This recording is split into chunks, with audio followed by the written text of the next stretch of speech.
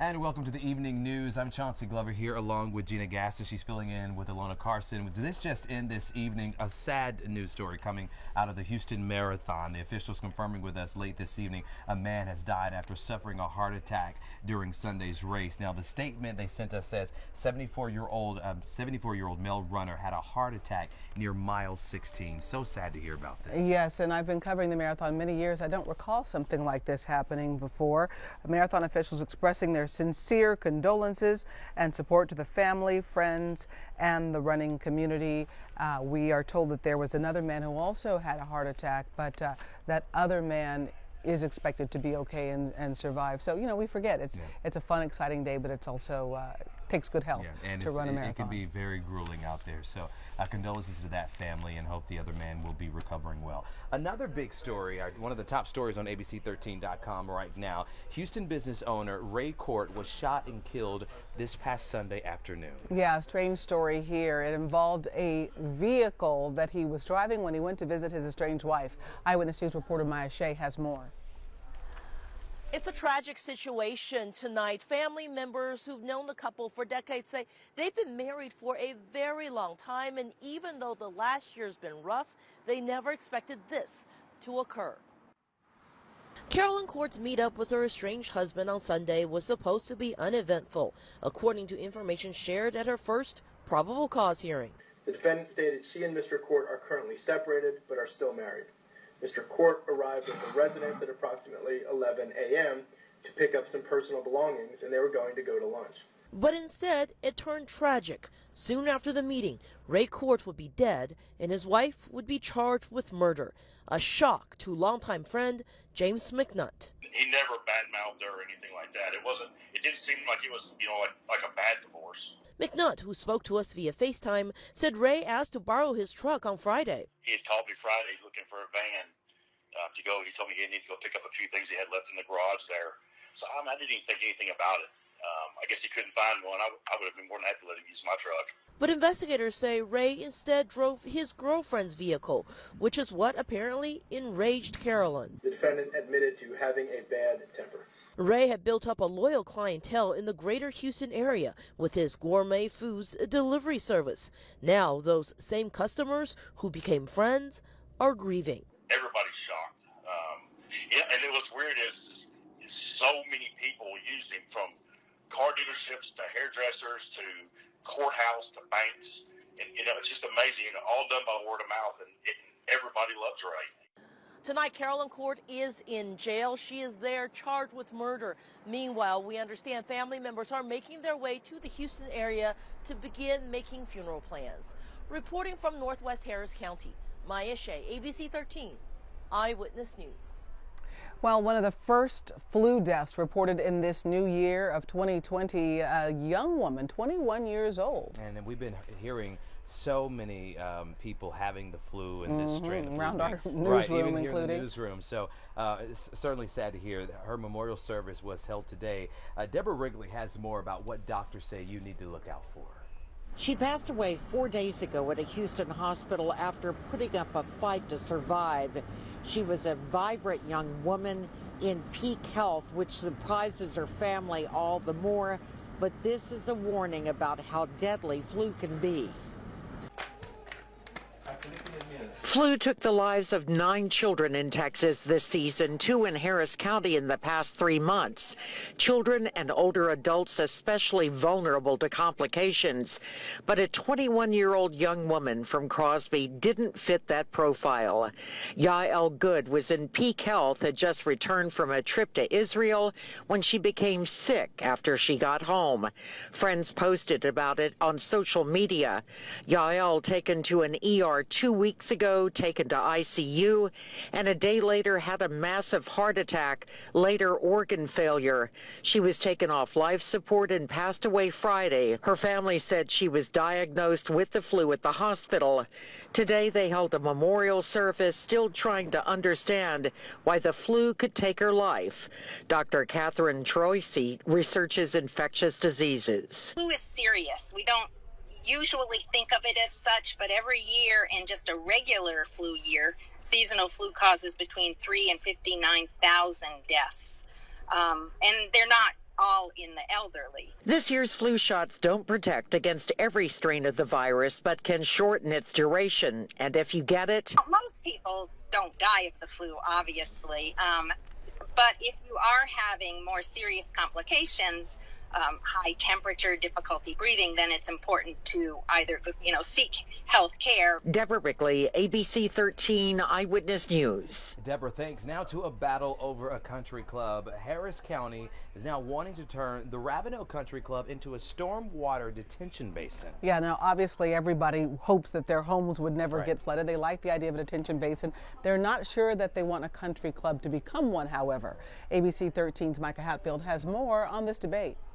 The Harris County Flood Control District is in talks to buy 27 acres of the Ravenel Country Club. The club itself is hit hard anytime there's a flooding event. We had to completely renovate the golf course. We spent millions of dollars on new equipment. People who live nearby are well aware of the flooding and have experienced it firsthand. What they say they aren't aware of is what's going to happen to the area that they refer to as the heart of their neighborhood. After the initial sale is finalized, the Flood District on their website says they plan to work with the Public Utilities District to acquire the more than 200 acres that they own. So what does the sale mean for the country club? The Flood Control District says they're open to the idea of an outside entity operating the club, but if no agreement is reached, it will likely be demolished. Why would we destroy a green space to create a green space? All of the uncertainty has left Allison Lewis and other neighbors concerned that something like this, that they describe as a big hole in the ground, will take the place of the golf course. And their argument is that because they are negotiating with a private party to buy the golf course, they can't talk about a private sale. But at the same point, does any of this look private? The homes that sit on and across the street from the golf course, many are appraised for more than $1 million. They worry how their home value will be affected. The Flood Control District says that they can't predict it, but they know that homes not prone to flooding are higher in value.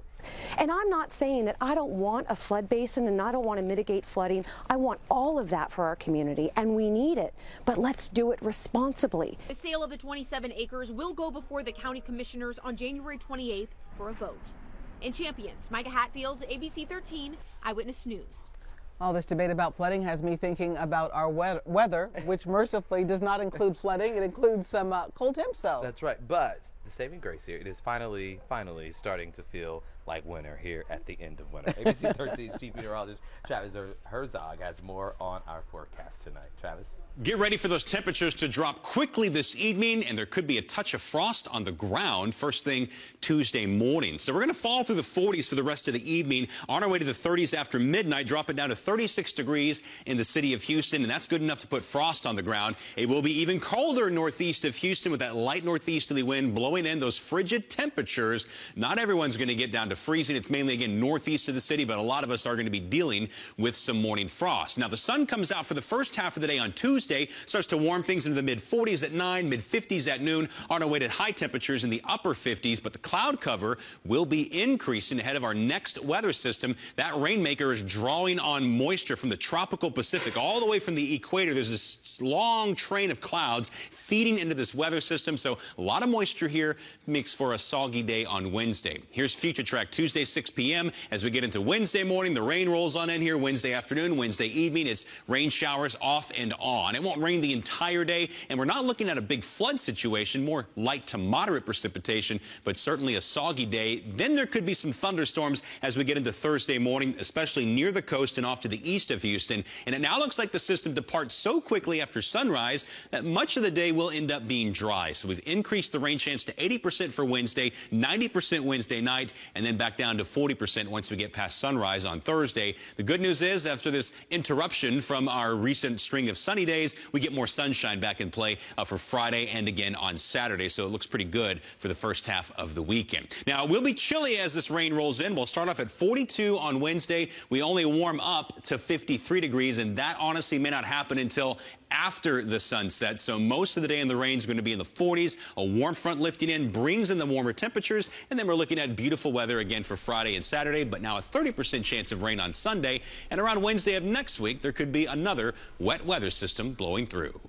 All right, Travis, and happy MLK Day to you, Gina, and Thank to you all you. watching. Of course, today we're celebrating and honoring Dr. Martin Luther King Jr. And what better way to honor his legacy than by spending the day doing something for someone else? ABC 13's Charlie Edsity has more on this day of service. Busy hands bagging up food and taping up boxes. The Houston Food Bank bustling with volunteers, all using their MLK Day to come together with their community and give back. We distribute about 11,000 of those bags a week. The bags will go out to school kids across Houston who may not have anything to eat at home. The bags actually contain roughly 6 meals for children over the weekend. To take this cereal, make sure it's flat on the line. Milk, applesauce, veggies all placed carefully inside the bag that will be headed home with a student this weekend. And over in Fifth Ward, more helping hands. These ones tackling jobs all around the house, all aimed at preventing future flooding. Just to come out and have a day of service as we look to continuing our resiliency projects in the Fifth Ward area after Hurricane Harvey. All the homes served were damaged by major flooding, and this is Larry's home that he shares with his mom. 2 years ago, it was rough for us because Harvey got our house. Now we're living a perfect life. Today's goal was to create drainage systems around his house, and volunteers, they got to work helping out one of their own and ensuring that they have a safe place to live. Larry's mom, Teresa, incredibly moved by the show of unity that was all done in the name of Dr. King. Love him. I mean, I'm excited. It's just, God sent them to me and my son. I truly believe that. In Houston, Charlie Edsity, ABC 13, Eyewitness News. Love that. How great is that? Love that story, Charlie. Yeah, very nice. Well, the 7th Annual Community Improvement Day was celebrated today in Montgomery County in honor of Dr. Martin Luther King Jr. and yours truly, would be him. Did I say that right? Yes. Was there today, and tell us about what you did. It was a great morning, spending the morning out there with the folks there in Montgomery.